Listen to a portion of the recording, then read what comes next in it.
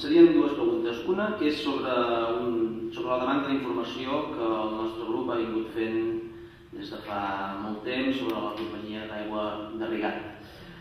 En concret, el passat 9 d'octubre, el nostre grup municipal va registrar una instància sol·licitant informació sobre la companyia Aigua de Rigat, un terç de la propietat de la qual, recordem-ho, recau en mans de l'Ajuntament d'Igualada. En ella hi sol·licitàvem informació relativa a l'organigrama directiu i laboral de l'empresa, als comptes auditats dels darrers exercicis o la memòria social, entre d'altres.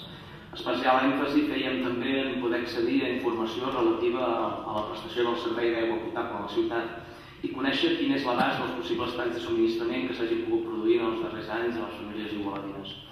En una instància anterior, inclús aquest 9 d'octubre, i també en comissió informativa a banda de la via d'instància, el grup municipal de la CUP també ha sol·licitat una còpia del contracte de concessió entre l'empresa Aigua de Rigat i l'Ajuntament d'Igualada. Si ens podria indicar, senyor alcalde, en quina situació de tramitació es troba la nostra demanda d'informació i quan serà satisfeta.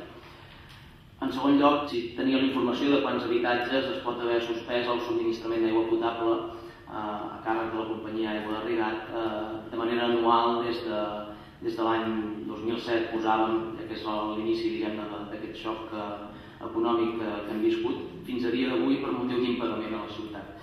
I en tercer lloc, si ens podria indicar, senyor alcalde, si existeix contracte de concessió del servei d'abastiment d'aigua potable, de distribució en baixa, a la ciutat d'Igualada. Si existeix aquest contracte de concessió entre l'Ajuntament d'Igualada i la companyia Aigua de Rigat. Gràcies.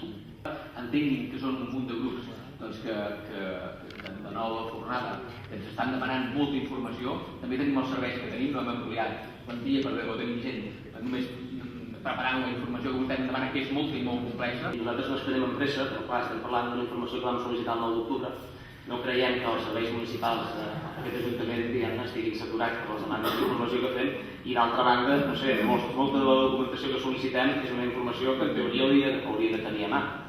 És a dir, no sé, si existeix contracte de concessió del servei d'aigua, home, no sé, si existeix o no existeix, és dir sí o no.